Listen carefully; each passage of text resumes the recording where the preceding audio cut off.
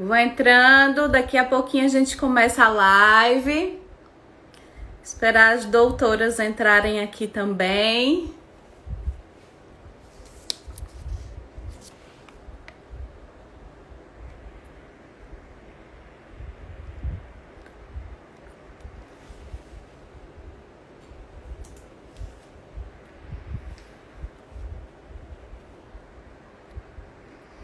As doutoras já estão aqui.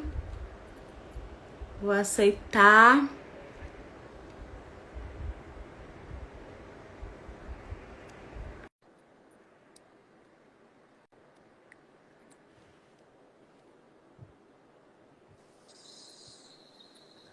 Oi! Oi! Deixa eu escolher meu filtro aqui também. Boa noite, Alisson, tudo bom? Boa noite.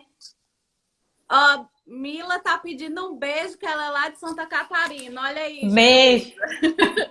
Beijo pra Mila, perto aqui. Perto, modo de dizer, né? Boa noite, pessoal. De onde vocês falam? Vão colocando aqui. Doutora Letícia já tá entrando já aqui. Oi, estão me ouvindo bem, gente? Tá boa o áudio, a imagem? Tá Sim. sim, Marília. Eu acho que Letícia tá tendo dificuldade. Sai e entra de novo, Lê.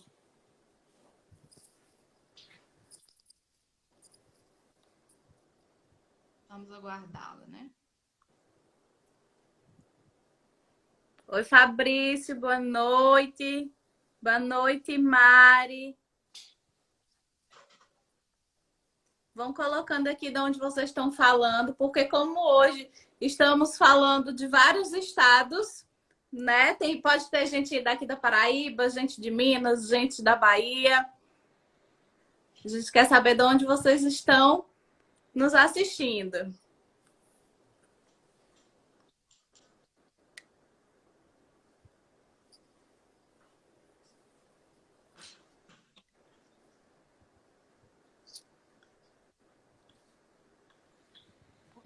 Bastante gente entrando. Tem muita gente entrando. Estamos esperando só a doutora Letícia, que está tendo um probleminha para entrar na live. Tem Ribeirão Os Preto, pessoal João de São Pessoa. Paulo, Passos. Daqui da minha cidade, oi. Oi, Mari. Colega de profissão. Deixa eu tentar chamar a Letícia. O Instagram disse que dava para fazer live. Agora Conseguiu! sim. Oi! Pensei que o Instagram tinha cortado, tinha deixado 3 só. Ai, deixa eu colocar Ó, um tem o filtro aqui, pessoal porque de Caruaru, Minas Gerais.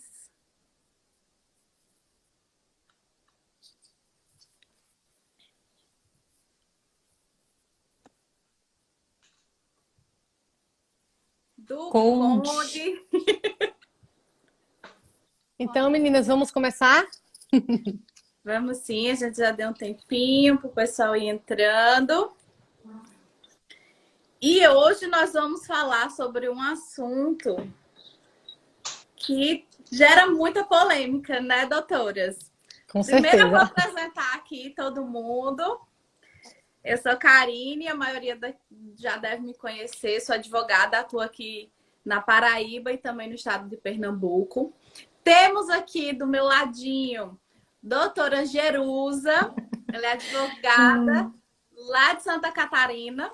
Eu só não sei falar o nome da cidade. Rio Grande do Sul, Karine. Ô, mulher! Eu sempre quero falar que é Santa Catarina. Ela quer que eu more em Santa Catarina. Quero. É, Eu Rio sempre Grande falo do Santa Sul. Catarina. É. Giruá. Giruá. Uruá. Pronto, Rio Grande do Sul, minha gente. Temos Marília, que é de Minas Gerais, também advogada previdenciarista, né, Marília? Sim, Passos, Minas Gerais. Pertinho de Capitólio. Venham conhecer. O teu áudio tá um pouquinho baixo para mim, Capitólio. Marília. Vou aumentar. Aumenta um pouquinho. Vou ver se Boa tá- noite, Tairone. Boa noite, Clara. Tudo bom?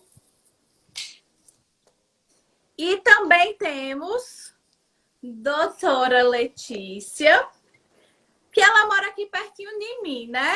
Aqui no estado vizinho de Pernambuco, mas ela é lá da Bahia. Isso mesmo, gente. Eu sou lá do sul da Bahia, bem distante, mas eu resido atualmente em Pernambuco, em Caruaru. Isso. Então, hoje vai ser uma mistura do Brasil aqui, em vários aspectos da caracterização dos segurados especiais. E, para começar, é importante a gente deixar claro o que vem a ser um segurado especial, porque muita gente confunde com aquele que recebe aposentadoria especial. E não tem nada a ver.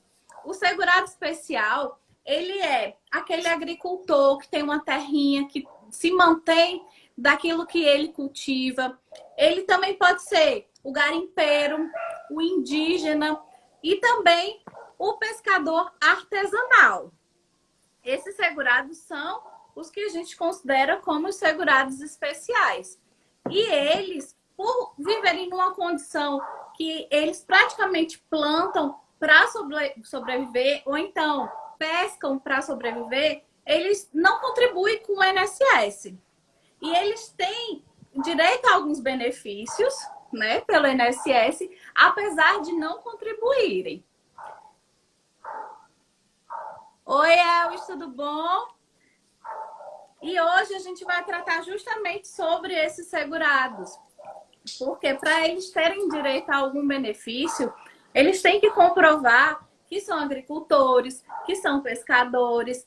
E é muito complicado essa comprovação. Se não for feita de forma correta, eles não conseguem os benefícios. Não é isso, meninas? Verdade. E alguns benefícios que esses segurados eles podem receber, quem vai falar hoje com a gente é a doutora Letícia, de alguns benefícios. Pessoal, boa noite. Então, o segurado especial, mais conhecido como trabalhador rural, ele tem direito a praticamente todos os benefícios da Previdência.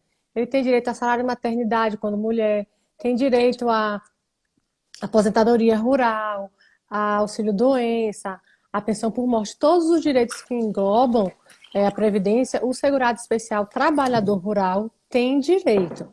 A peculiaridade maior foi o que a doutora Karine falou, é que tem que comprovar a atividade rural. Aqui no Nordeste, os segurados especiais geralmente não têm condições de contribuir. Então, eles comprovam o labor rural através de documentos, como o DAP, autodeclaração, notas fiscais, contrato de compra e venda, mas eles têm todo esse direito. Basta cumprir a carência com a documentação exigida. Isso, e é bem complicado, né? Essa comprovação da carência. Porque muitas vezes os segurados especiais, eles não guardam documentação. Isso. Eles só vão se atentar quando já está perto. Ah, eu estou perto de aposentar, doutora, eu não tenho documento, eu vou fazer agora. E isso é muito complicado para a Previdência, porque eles querem documentação de pelo menos 15 anos. Acontece que a pessoa da zona rural, geralmente, ela não tem essa malícia, não tem esse entendimento. Hoje, talvez, mais amplamente divulgado pela televisão, algumas pessoas estão se atentando. Porém, ainda existe também muito desconhecimento da lei. Alguns órgãos poderiam informar mais, só que não informam. E aí, na hora de aposentar, nós, como advogados, temos que fazer um milagre, praticamente, para conseguir juntar todas as provas e comprovar o período para o benefício, seja aposentadoria ou algum auxílio-doença. Ô, Letícia, e os segurados, às vezes, eles não têm, né, todo o período da carência para conseguir se aposentar como segurado especial, por, às vezes, ter exercido algum exercício urbano, alguma atividade urbana. Isso. Não é isso? E aí, o que acontece com esse segurado? Ele consegue se aposentar ou não? Então, é muito comum, principalmente em cidades pequenas, acho que na capital nem tanto, de alguns segurados especiais, principalmente em época de seca, que não está conseguindo plantar, serem chamados para trabalhar no município, como porteiro, às vezes merendeira, ou às vezes vai fazer um bico, como pedreiro, ou tem uma construção perto da terra, eles vão lá e trabalham como ajudante de pedreiro, auxiliar de serviços gerais, e isso muitas vezes vai para a carteira, e consta no CNIS esse vínculo urbano. Muitas pessoas acham que não tem problema esse vínculo, já outras acham que com esse vínculo não consegue aposentar. Mas sim, consegue aposentar mesmo com vínculo urbano. Quando esse vínculo ele é até 120 dias no ano civil, ele não perde a qualidade de segurado especial, apesar de o INSS indeferir às vezes. Porém, quando esse vínculo passa de 120 dias no ano, ele tem toda vez que comprovar o reingresso. Como é que comprova esse reingresso, que seria esse retorno à atividade rural? Comprova com documentação, que hoje seria a DAP, CCIR, documentos de propriedade, notas fiscais, enfim, tudo que envolve o seu trabalho na lavoura. Há uma grande confusão também, porque algumas pessoas acreditam que é muito fácil, é só juntar o período rural com o urbano. E isso é, em tese, complicado. Por quê? O segurado especial, ele se aposenta com 55 anos mulher e 60 homem. Porém, para se aposentar juntando o vínculo urbano com o vínculo rural, chamada aposentadoria híbrida ou mista, não é com essa idade.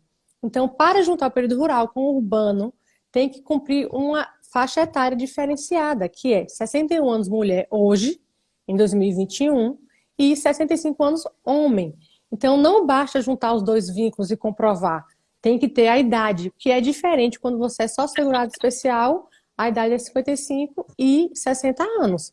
Então, essa confusão ela acontece às vezes. É possível, sim, a aposentadoria por idade híbrida, mas ela é diferente da aposentadoria por idade rural. O requisito etário ele é fundamental.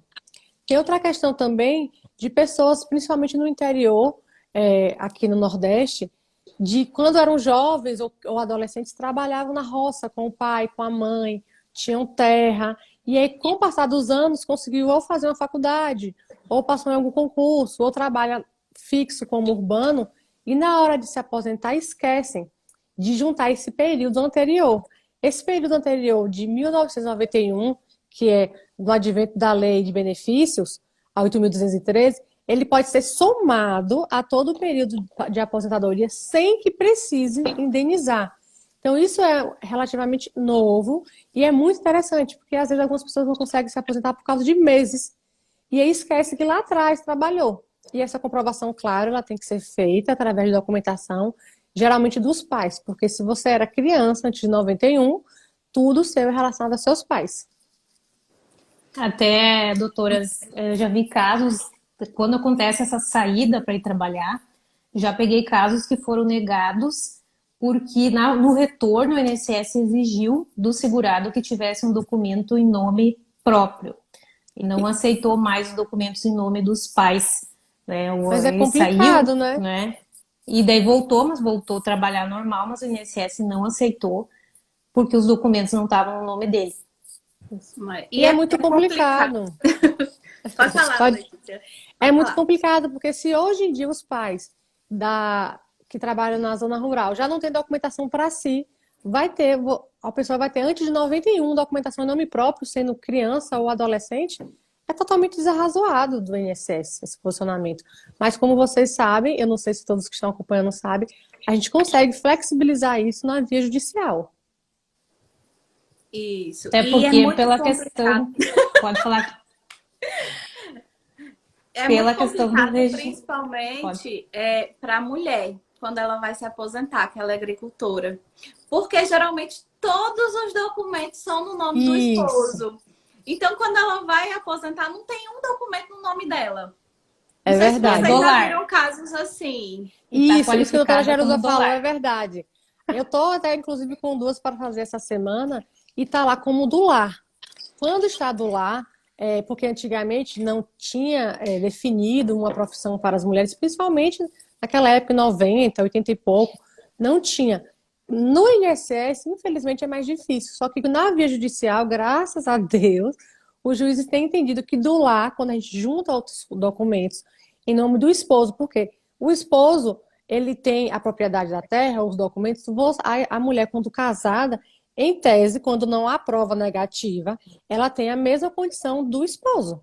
Então, a propriedade é dos dois, a DAP é dos dois, o CCIR, o CAFI, o CAC, se tiver dos dois. Então, administrativamente é complicado, mas no judicial a gente consegue reverter. Mas é uma realidade É, muito verdadeira que você falou, doutora Jerusa. eu digo que a mulher trabalha duas vezes, né? Trabalha em casa Sempre, e ajuda na plantação, né? Na terra. Então, ela tem que ter sempre, esse né? direito também. Né? E a A, realidade no campo, ela é muito diferente, né? Tanto documentalmente quanto socialmente. O Isso. patriarcado ainda é muito forte. E assim, os documentos antigos, os imóveis eram escriturados em nome do homem, até falava. Tinha uma expressão que era por cabeça do casal, assim, quando avançou, né? Mas antes era tudo em nome do homem. Então, assim, a mulher, a lei, a jurisprudência vem avançando, inclusive a legislação rural, ela é muito recente, né? Ela vem passando por Sim, adequações. Se eu não me engano, o primeiro benefício rural, assim, foi concedido em 1992. Olha para você ver como é recente. A lei que isso. veio regulamentar mais as questões rurais é de 2008. Então, assim, a gente ainda tem muita dificuldade e, principalmente, muito subjetivismo Com nos certeza. entendimentos. Cada região do país é um tipo de entendimento a A depender da condição interpretação, né? até. E a condição do segurado especial, ela é diferente. No Sul, por exemplo, a utilização, assim, pelo que eu vejo, de maquinários, né, é maior. Os segurados especiais, eles contribuem, é mais comum eles contribuírem facultativamente para aumentar a renda. Enfim, então, assim, são muitos desafios e muitas questões particulares de cada caso, né? E E de a cada gente região, como a doutora pontuou. tem que lutar por essa uniformização, né, do direito, principalmente, assim, combater as decisões subjetivas e as exigências descabidas, né? Só fazendo um adendo nessa divergência, nós temos o ofício circular de setembro de 2019, que é interno, ele não vincula a justiça, ele vincula o INSS. E o ofício circular, em algumas formas, ele é muito mais vantajoso. E, infelizmente, nós vemos no dia a dia que processos administrativos para aposentadorias rurais, até para auxílio-doença, salário e maternidade rural, é feito com base no ofício circular, com o limite temporal da prova de 7 anos e meio, e ainda assim é negado. Então, nós temos realmente sempre que lutar para manter essa uniformização e não desistir, porque nós, como os operadores do direito, nós temos realmente que tentar uniformizar, pelo menos na parte legislativa, porque cada região tem sua peculiaridade. isso, Verdade. eu acho que Marília pausou o vídeo. Para vocês, ela tá aparecendo? Tá aparecendo, mas tá rodando Tá como se assim. a internet como se Assim, estivesse né? fraca. Mas a gente vai prosseguindo, daqui a pouco ela volta. E é muito importante essa questão das provas para comprovação da atividade rural, porque, por exemplo, aqui no Nordeste a gente utiliza determinadas provas. Isso. Lá no Sul já são provas completamente diferentes das que a gente utiliza aqui no Nordeste. Eu queria que você falasse um pouquinho, Jerusa, das provas que vocês utilizam aí para comprovar a atividade rural. Nosso Brasil é tão rico, né, que até nesse ponto as provas são diferentes. Então, por exemplo, aqui no sul, na minha cidade é uma cidade do interior. Então, basicamente, a economia gira em torno da agricultura. E o pessoal, eu vejo que eles têm assim mais documentos, questão de blocos, blocos de produtor. Quando acho que a doutora Letícia falou da questão que o pessoal não guarda muitos documentos, aqui é Isso. um pouquinho diferente. A maioria guarda, eles têm bem guardadinhos os blocos, né, os documentos da terra. Então eles têm bastante, são bem organizados nessa questão. Claro que existem exceções, né, como o diarista, boia fria, existe também, mas a maioria já tem essa organização com os documentos. E o bloco, a maioria tem um bloco de produtor rural. Então a gente até conversava que aí no norte, né, Pernambuco, Paraíba, não é tão comum um bloco de Isso. produtor rural. Mas aqui sempre teve, eu vejo até pelos casos mais antigos, assim, de comprovação da atividade rural na infância, já tinha cooperativa que recebia essa produção.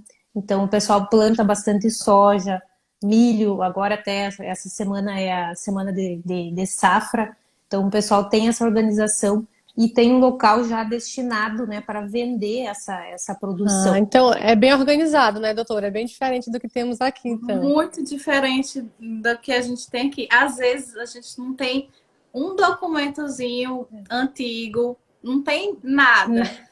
Claro que Sindicato existe. é feito bem pertinho de se aposentar.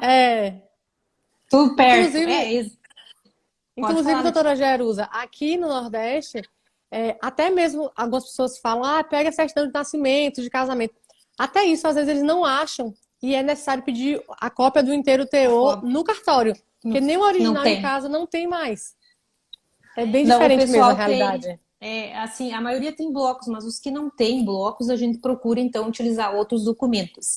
E a lei, ela tem um rol, né, uma lista bem extensa de documentos, que até eu acho até bem... Eu sempre deixo separadinha a lista, porque às vezes a gente esquece na hora do atendimento e a lei lista vários documentos. Se não tem o bloco, então tem que ir para outros documentos, que é as certidão de casamento, nascimento dos filhos, histórico escolar, né? Toda criança tinha uma escolinha no interior, tem lá guardado na prefeitura esse histórico escolar, né? Um registro lá da saúde, da igreja, né? Naquela época era comum o pessoal frequentar a igreja, então tá tudo registrado lá, às vezes na certidão de batismo, a qualificação dos pais, e até mesmo pela localização, às vezes no interior, onde eles residiam, moravam, então já é um documento que ajuda também. E é também a questão do sindicato, né? A carteirinha do sindicato, os recibos. O pessoal às vezes tem guardado também cada recibo, a carteirinha, aquela quando começou a pagar o sindicato. E o sindicato aqui também tem guardado, às vezes, nos seus arquivos, a ficha, aquela primeira ficha, que tem a foto do segurado, o nome dos dependentes que plantavam junto. Então é um documento que a gente usa bastante. E a certidão do INCRA, né? A certidão do INCRA também é um documento que é de fácil acesso, pelo menos aqui, é só fazer o requerimento para a capital, no caso aqui Porto Alegre, e eles enviam, então, essa certidão do INCRA. Mas também, se a pessoa tem documento da terra, serve também contratos de arrendamento, comodato, todos os contratos já ajudam. Não, eu sempre penso assim que não existe uma prova só. Toda prova que está ali, o agricultor qualificado como agricultor serve. Eu junto tudo também. Tudo. Serve para comprovar. Né? Não dá para excluir nada porque a gente nunca sabe. O INSS, cada servidor que analisa tem um entendimento. Eu vejo isso. Às vezes a gente junta menos provas e é concedido. Às vezes a pessoa tem blocos e não é concedido. E hoje a rainha das provas, até deixei para falar agora, é a DAP, né? Que é a certidão de aptidão ao PRONAF. Essa agora é a queridinha do INSS. É verdade. Se não tem a DAP, já peguei benefício que eles negaram, porque tinha blocos, mas foram fazer a pesquisa, era um período antigo, não tinha DAP. Então essa foi a justificativa para negarem o benefício. Então essa a declaração agora é muito importante do PRONAF, o pessoal ter essa declaração, procurar fazer, né, porque vai ser um documento que vai ser utilizado, eu acredito que por bastante tempo pelo INSS para desfazer a confirmação lá depois com as informações, até mesmo da autodeclaração rural, que depois a gente vai falar um pouquinho também desse documento. Eu não sei vocês aí, gurias, já que vocês moram mais para cima, que documentos que o pessoal junta mais. A DAP, como você falou, realmente, a DAP hoje é a rainha das provas. Acontece que aqui, pelo menos na região que eu atuo, não sei se a doutora Karine vivencia a mesma coisa, o pessoal só fez a DAP antes, quando realmente iam requerer algum empréstimo, quando iam requerer alguma coisa. As pessoas aqui não têm DAP, porque simplesmente foram se cadastrar para ter essa aptidão ao PRONAF. Algumas só fizeram porque pediram empréstimo. Então, hoje eu acho que pelo menos deveria haver uma conscientização. Gente, se cadastre na DAP, porque quem tem, e os processos que eu peguei, são porque pediram empréstimo, porque foram fazer compras de terreno, ou empréstimo para plantar. Mas até a DAP, simplesmente por ter, para servir futuramente, não é comum aqui ainda. É algo muito novo. Tem gente que nem ouviu falar ainda em DAP. E é a rainha das provas hoje, né? Aqui na Paraíba, o pessoal de 2017 para cá que começou a fazer DAP. mas justamente Bem para fazer um recente, né? empréstimo, isso. Mas aqui a gente utiliza bastante, porque nos municípios tem programas de dar sementes para os agricultores, de levar o trator na terra para ajudar no plantio. Então a gente utiliza bastante essas documentações, uma declaração da prefeitura municipal de que aquela pessoa nos anos X, Y e Z recebeu semente da prefeitura ou que utilizou o trator da prefeitura para a terra. Isso ajuda bastante aqui no estado da Paraíba. Ah, Eu muito não sei, interessante. em Minas, doutora Marília, quais as provas que vocês utilizam aí em Minas Gerais? Essa questão da DAP também tem sido assim, pouco conhecida e bem recente. Mas aqui o que é muito valorizado é a questão da comprovação mesmo da produção. Vocês estão me ouvindo bem? Tá um pouquinho baixo, mas Sim, tá ouvindo. Porque eu fui expulsa da live, não sei o que aconteceu. Pelo menos a hora voltou. que eu tinha falado, deu certo. Deu para ouvir. Estão me ouvindo? Sim? Sim. Então, como eu estava falando, os documentos que comprovam tanto a propriedade quanto a produção são os mais relevantes para ser utilizados como meio de prova. Tem bastante, então utilizam bastante Pausou. notas também. Acho que a Marília travou de novo. Aqui a gente usa também, né? Bastante notas fiscais, cartão de vacinação, mas não é todo mundo que tem. Infelizmente, as provas não são uníssonas, né? Aqui no Nordeste, aí no Sul. E a gente tem que trabalhar com aquilo que o Que segurado tem. tem. Isso. Porque Justamente. normalmente ele trabalhou, né? Eu sempre vejo assim, o agricultor ele trabalha bastante e não é uma atividade fácil, né? E às vezes ele trabalhou e agora na hora de aposentar não tem documentos. Então a gente como profissional tem que tentar achar ali alguma forma, algum documento, pesquisar e passar para ele, ver se ele consegue para tentar que ele receba essa aposentadoria, né? Que é o direito dele depois de ter trabalhado tanto tempo, né? Isso. Com E quando certeza. o trabalhador. Voltou? Oi? Estão me ouvindo? Oi. Tô É ouvindo, interessante. mas não tô vendo. Ai. Até Que para mim tá tudo enquanto a Marília volta, vamos falar. Eu estava até dando uma olhada, a DAP é feita nos sindicatos também, né? Então Isso. o pessoal tem que se informar de fazer e ele tem até uma listinha, até salvei aqui, dos benefícios da DAP, que é seguro agricultura, programa de garantia de preços mínimos, aquisição de alimentos, na questão escolar, empréstimos, então tem bastante benefícios com a DAP, né? O agricultor que faz essa declaração. Mas, infelizmente, né, de 2019 para cá, muitos segurados deixaram de continuar afiliados nos sindicatos rurais, porque agora tem que fazer a apresentação da autodeclaração, né?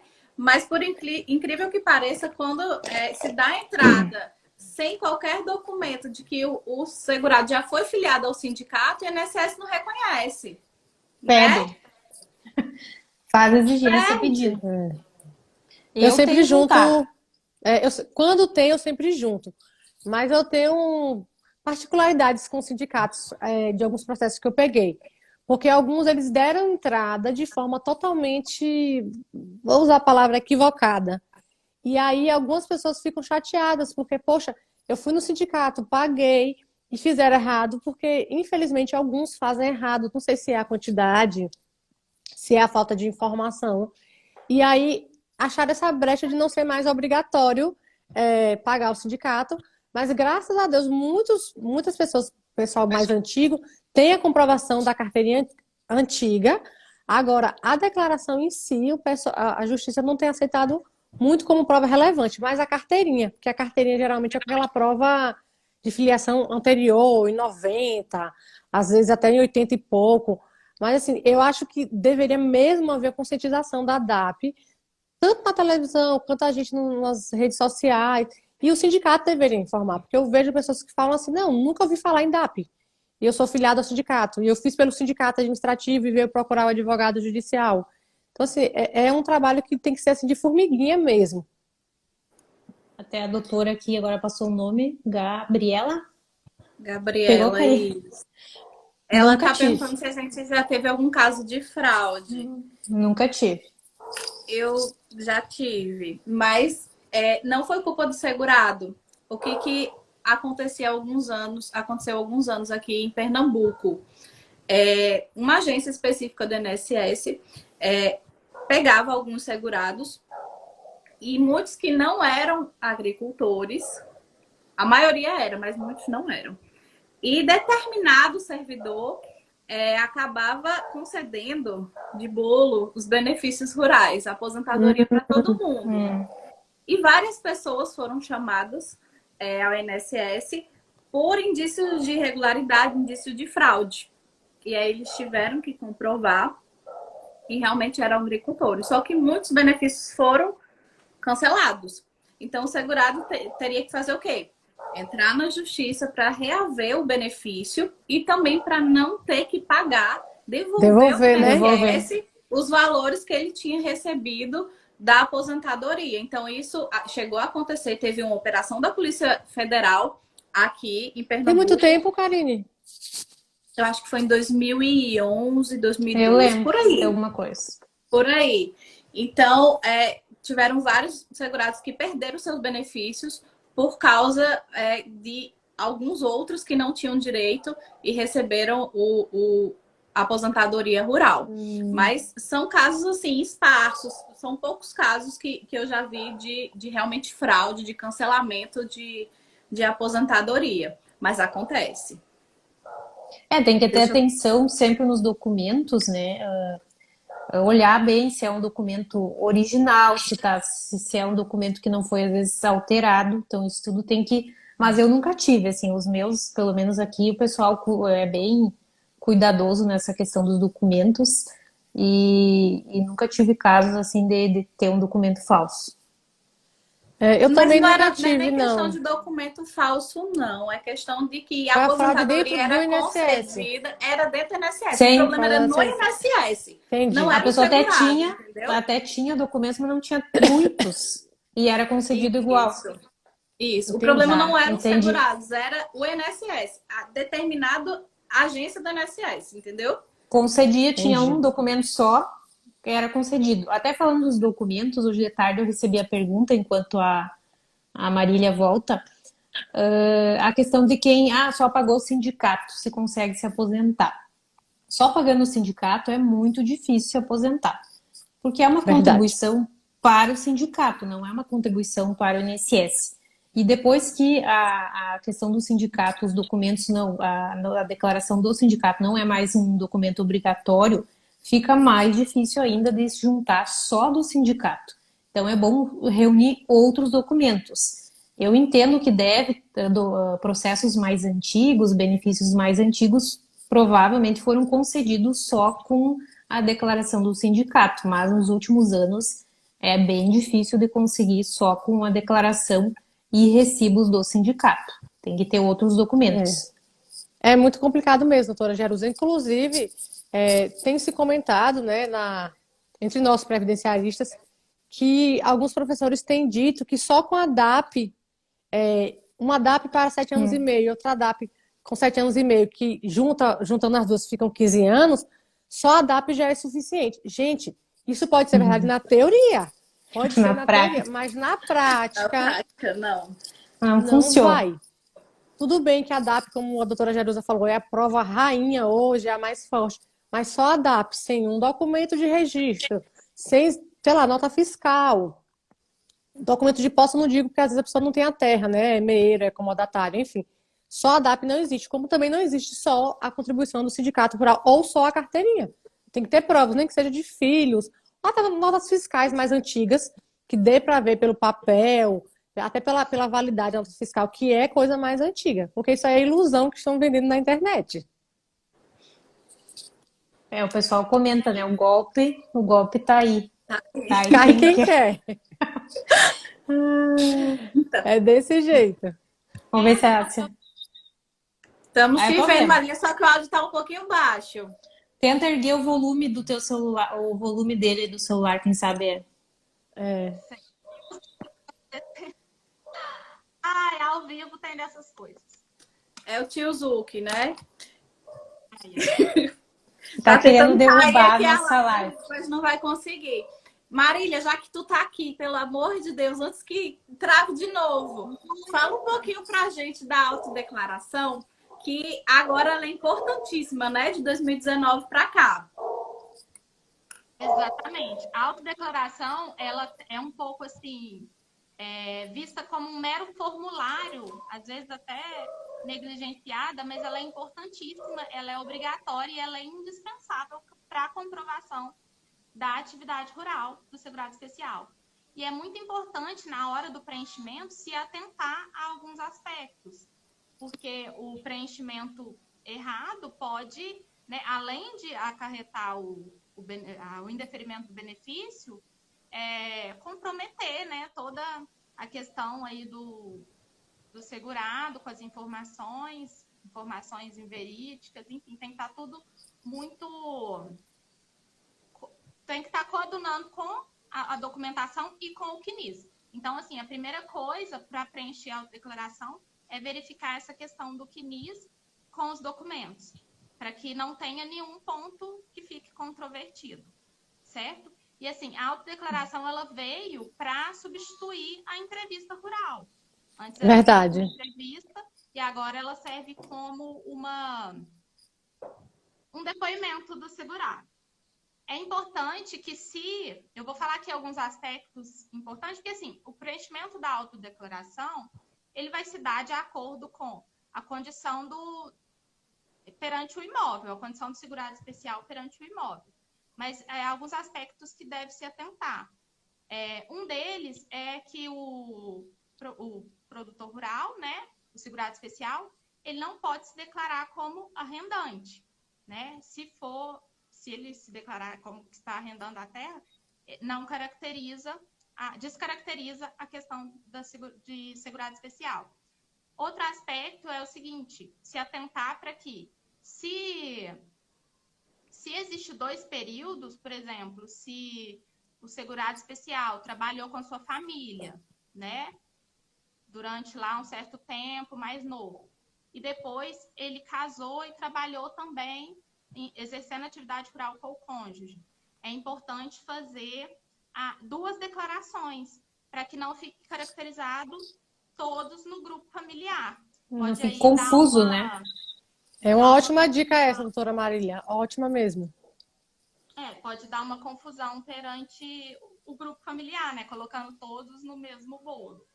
Então, assim, e também a autodeclaração, ela não precisa ser validada pelo sindicato rural, nem por nenhum órgão público. Mas ela vai ser confrontada com a base de dados governamentais, com os sistemas oficiais do governo. Então, vai se dar o preenchimento, eles vão confrontar com tudo que existe na base de dados e, caso haja alguma controvérsia, é necessário ser ratificada pelos documentos. Documentos que a lei exige, conforme já foi falado, né? São vários. E, assim, os documentos eles vão ser ratificados pelo servidor do INSS de acordo com o ofício circular 46 e 62. E é muito importante também dar uma lida, né? Assim, dar uma estudada mesmo.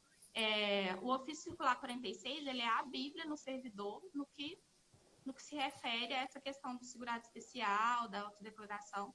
Então, tudo que está lá norteia essa questão do preenchimento, né? Tem algumas questões assim de se atentar, que já foi falado aqui, sobre ter ou não empregado, né? Incidir IPI, o que pode descaracterizar a condição de segurado especial. Então, por isso que é importante dar uma lida no ofício circular, porque ele explica certinho o que pode ou não ser colocado. Inclusive, o anexo 5 contém várias perguntas, é como se fosse uma lista de perguntas, e todas as respostas, eu fiz um post falando sobre isso, todas as respostas devem ser sim. Se alguma resposta for não daquela lista de perguntas que vai caracterizar o segurado especial, ele pode não ter um enquadramento e ser indeferido o benefício. Então, essas são algumas dicas para o preenchimento. Ela é meio que autoexplicativa, assim, de acordo com a documentação. Então, o que tem que mesmo ser atentado é o que não colocar, né? O que vai descaracterizar. Eu recebi uma pergunta, Marília, que falaram assim, se o segurado, ele quando vai pedir o benefício lá no INSS, ele não junta a autodeclaração e o benefício ele é negado, o que deve fazer? Você deve entrar na justiça e apresentar essa autodeclaração lá no processo judicial ou dar uma nova entrada no processo administrativo e juntar essa autodeclaração.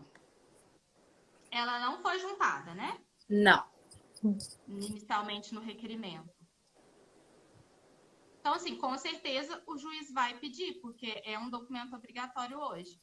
Eu, particularmente, eu gosto de insistir na via administrativa, por causa desse subjetivismo do judicial.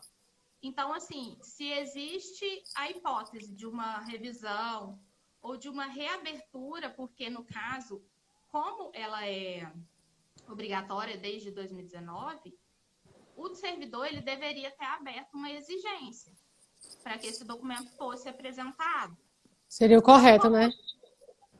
Como o servidor não fez essa questão, ficou aí uma lacuna no processo administrativo. O processo administrativo não foi finalizado, né, analisado da forma correta. Por um erro, eu entendo como um erro do servidor. Então, cabe uma reabertura de tarefa que se dá perante a agência e para que possibilite, né, uma reanálise. E aí, depois, caso não seja negado, não seja reaberto ou seja analisado e indeferido, aí sim vai para a via judicial com todo o processo fechadinho e redondinho, né? Não teve assim não ficou uma coisa assim incompleta antes, né? Porque pode ser até que o juiz questione isso, o INSS não chegou a analisar. Essa insegurança jurídica, ela é muito pertinente, doutora Marília, porque eu passei por uma situação muito parecida recentemente. Já tinham sido feitos 2 processos administrativos. Inicialmente, a segurada deu entrada sozinha e conseguiu comprovar 10 anos. E, posteriormente, deu entrada com um advogado que ele fez sozinho e não é da área. E ele fez um processo até muito bem feito, porém ele não juntou a autodeclaração porque ele não sabia dessa obrigatoriedade. É aquela questão de todo mundo achar que previdenciário é fácil, porque fez... eu fiz 2 aqui no escritório e deu certo. Aí faz o 3. Enfim, é complicado. E aí, como a cliente, se ela estava muito angustiada, porque já tinham 2 anos, praticamente, ela brigando por essa aposentadoria como segurado especial, que eu analisei durante uns 2 dias muita documentação, se eu entraria novamente administrativo ou não. Também por questão de não perder a DER dela, que seriam o quê? 2 anos de retroativo. E ela falava muito, não, todo mundo que ganhou recebeu os atrasados. Então eu analisei e fiquei assim com uma questão muito de consciência. Poxa, eu faço novamente ou faço judicial? Optei em fazer pelo judicial, mesmo sem autodeclaração no processo administrativo. E ontem o INSS fez uma proposta de acordo, pagando a DER desde 2019, mesmo sem autodeclaração. Então, assim, é uma insegurança que a gente tem, eu arrisquei e deu certo, porque não tinha autodeclaração. E aí vincula no INSS, mas eu não sei se o juiz ele considera que vincula ele.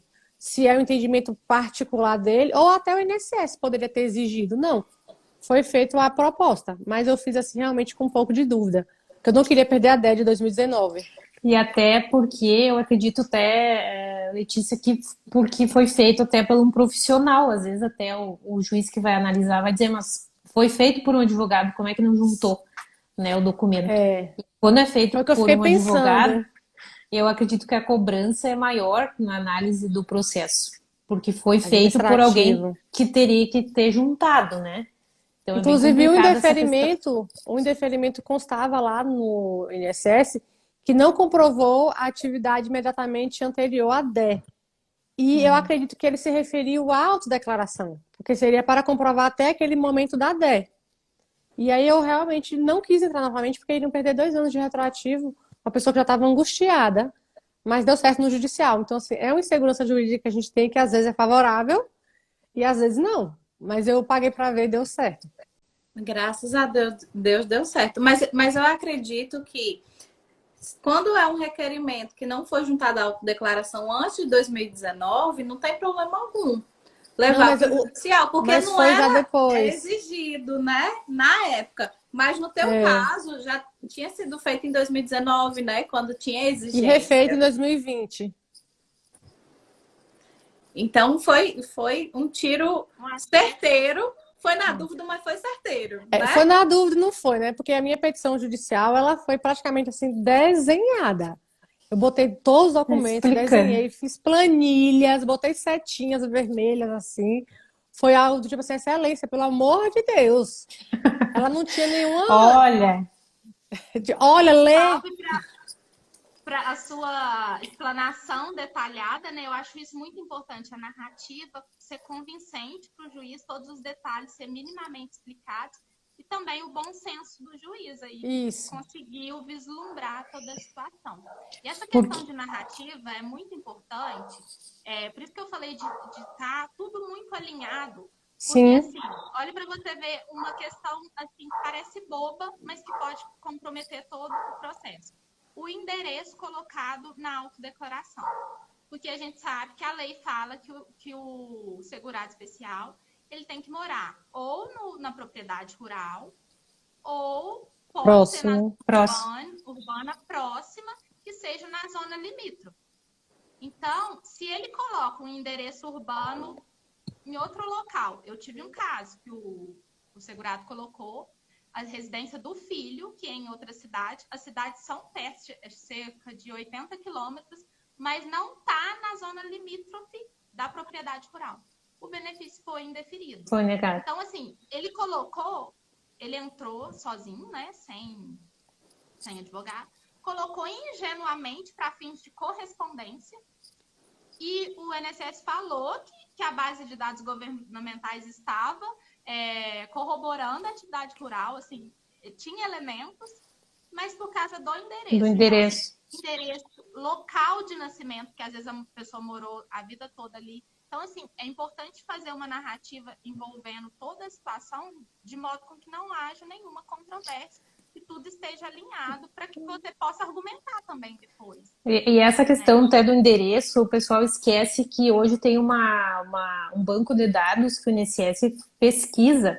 Ah, mas eu vou colocar que moro perto, mas aí lá no SUS está cadastrado outro endereço. Lá no cadastro único da prefeitura está outro endereço. E lá na Receita, às vezes, está um outro endereço. Então, o pessoal esquece que hoje é todos os sistemas são interligados, né? Então tem que ter atenção. E é muito importante, na hora do atendimento, você fazer todas as perguntas. Para não chegar na audiência e o procurador da INSS falar assim, não, o segurado tem um carro. Ano tal. Você quer morrer. Pode, o endereço não pode urbano ainda. O endereço urbano. O Bolsa Família está cadastrado na cidade tal, que não é nem a cidade que ele declarou na autodeclaração. Então, é muito importante fazer um atendimento com todas as perguntas para não ter surpresa. Falando em carro até, aqui o pessoal, às vezes, é a questão do maquinário, né? O INSS não complica, mas às vezes a justiça aqui complica com a questão do maquinário. Mas quem que vai dirigir ou esse maquinário é o agricultor, né? E aqui o pessoal tem às vezes 15, 20, 30, 40 hectares, trabalham em regime de economia familiar, só a família, né, o casal, os filhos, e eles têm maquinário, né? Né? Precisa ter. Então, às vezes, não diz em lugar nenhum na lei, não diz que a pessoa não pode ter maquinário para fazer esse serviço, desde que não tenha empregados, né, que não seja contratado empregados, e também que não, às vezes tem um caminhão para puxar lá a safra, né? Complica, né? Tudo isso tem que ser analisado com calma, porque ou o judiciário vai complicar ou o INSS vai complicar, né? Eu queria retornar ao assunto da autodeclaração rapidinho, antes que eu esqueça esse tema, que o que a doutora Marília falou sobre como é minucioso o preenchimento da autodeclaração. Esses dias também apareceu uma situação que a segurada especial, ela teve alguns vínculos urbanos e ela trabalhou concomitantemente, porque era noite e ela trabalhava de dia e era uma escola na zona rural. Porém, o sindicato, quando foi preencher a autodeclaração, o que foi que fez? Colocou o período todo. Não Colocou. não deu aquele espaço que houve o trabalho urbano. Porque por mais que tenha sido na zona rural, perto da casa dela, é um trabalho considerado urbano. E foi superior a 120 dias. Então, assim, ainda disseram para ela, olha, você não vai se aposentar, não. A gente está fazendo um pedido aqui só para fazer, mas saiba que é quase impossível. Aí, quando eu vou olhar a declaração, eu digo, realmente é impossível. Porque foi preenchido errado, não deu essa pausa do trabalho urbano, porque lá embaixo, se eu não me engano, na segunda página, tem o período de você colocar se você teve alguma outra renda. Colocou inteiro, o período inteiro. Então, isso assim, foi bem complicado, mas aí... E esse intervalo até é interessante a gente comentar do auxílio-doença, né? O período que eles estão recebendo. Que tem, aqui, pelo menos, tem bastante casos de agricultores que recebem auxílio-doença. E daí depois o pessoal vai lá pedir sozinho e inclui todo o período. Sem a pausa do repouso. Tem a pausa do auxílio-doença. Não deu problema até hoje que eu por enquanto, né, o INSS não fez revisão, mas pode dar problema. Isso o pessoal tem que ficar atento. Essa pausa também ela tem que ocorrer com o pedido do salário maternidade rural, que às vezes pede depois e quando vai fazendo a autodeclaração coloca o período todo. E aí o INSS, oxe, mas você não parou de trabalhar? Não parou de trabalhar. Dias após a gravidez? Não, parei. Não, mas não parei. E aí bota a declaração o período todo, porque vai dar entrada muito depois e não tem a orientação correta, ou às vezes porque faz sozinho. Tem que ter essa pausa, gente. Tanto no auxílio-doença quanto no salário maternidade. O período da doença ou o período dos 120 dias do salário maternidade na autodeclaração. Isso. Marília, tá travada para mim. Para você está aparecendo? Tá travada. Tá travada. Mas não sei se ela tá Vocês ouvindo. estão me ouvindo, pelo menos? Tá ouvindo, sim. Tô ouvindo. Eu recebi uma mensagem aqui de uma amiga mesmo falando que eu fiquei quase todo o tempo travada. Não sei o que tá acontecendo. Deve ser a internet, sinal. Quem sabe faz ao vivo. Tirei do Wi-Fi, coloquei na internet. Não sei o que tá acontecendo. Mas vai falando, tá? Dá pra ouvir. Dá pra ouvir, só não dá pra ver. Ai, gente, desculpa, eu não tenho culpa, tá? Acontece, Se quiser sair e entrar de novo, porque a gente tem 7 minutinhos para terminar a live. E a gente vai agora oportunizar quem quiser mandar uma dúvida, uma pergunta aqui para a gente poder responder. Eu vou olhar aqui atrás se alguém mandou no decorrer da live.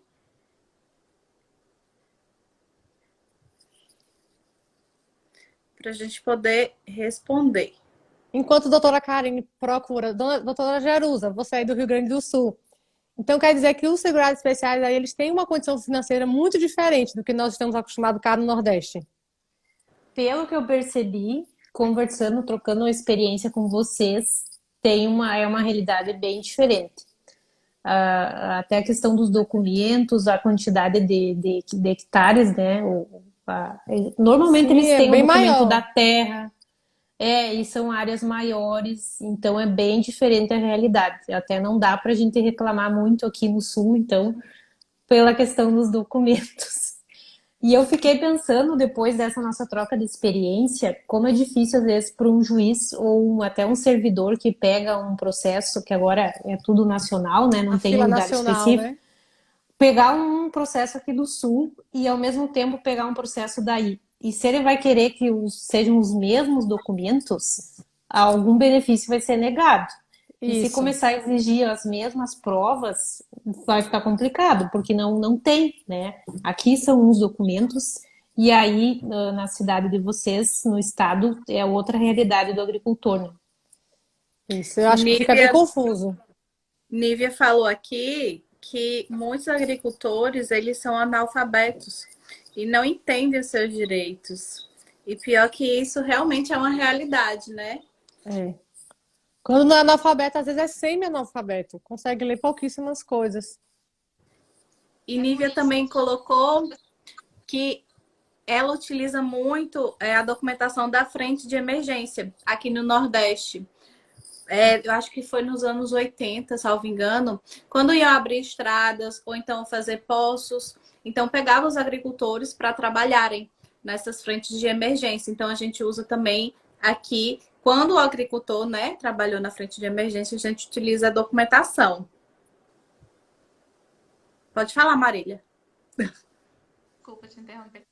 Por isso que a Previdência Social tem esse caráter protetivo, né? Justamente porque os agricultores muitas vezes nem sabem sequer seus direitos, nem procuram, nem conseguem obter as informações.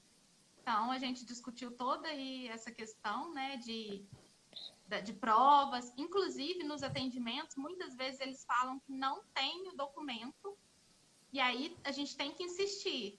Falar, mas nenhum, tem que ir investigando mesmo. Porque Eu falo, traz de casa. Eu falo, traz a pastinha que você tem em casa. Minha pastinha antiga, traz na sacolinha, traz tudo. Porque eu já consegui documentos assim. Eu falei, traz. Você vai futucando aquele monte de documento antigo. No meio tem algum documento. E documentos até eu não falei na fala das provas, mas documento do irmão que se aposentou, dá para usar, né? Documentos da família que plantava junto, não precisa ser só no nome, né? No nome do segurado, pode ser no nome da família, quem já se aposentou. Às vezes o pessoal esquece de ir atrás. Às vezes é uma terra grande, cada irmão trabalha em um pedaço. Rosemary tá falando, eu digo para trazer tudo o que achar, isso mesmo. Tem que ser assim. Tem que ser assim, porque muitas vezes eles não sabem que aquele documento é importante, né? Então a gente que tem que analisar os documentos que eles têm e separar direitinho qual que é importante e que vai comprovar o período de segurado especial para se aposentar ou para receber um auxílio-doença, um salário maternidade, o benefício que for requerido. Gente, temos 2 minutinhos e eu quero agradecer a vocês 3, doutoras, que toparam fazer essa live comigo. Quero agradecer também todo mundo que ficou até agora com a gente, que participou, que gostou, que curtiu a live. Nós fizemos aqui ela com todo carinho para vocês, conversamos alguns temas que a gente iria tratar aqui para também trazer informação, né? Que muita gente não sabe. Gente, muito obrigada, doutoras, pela participação, pela transmissão de conhecimento. Eu agradeço demais a vocês 3. Agradecemos também o convite e essa interação, foi muito legal. Muito legal, obrigada. Adorei também, um tema bem importante. E não deu claro, não dá pra gente falar tudo, né? Se a gente marca uma próxima live e traz outros temas, se for o caso. Se a gente vai ficar trocando figurinha, a gente vai até a meia-noite falando Isso mesmo. Casos e casos. Com certeza. Verdade, foi ótimo. Muito obrigada pela atenção de todos, pelo convite. Até a próxima. Obrigada, gente. Um beijo, boa noite. Fiquem com Deus. Boa noite. Beijo. Tchau, tchau.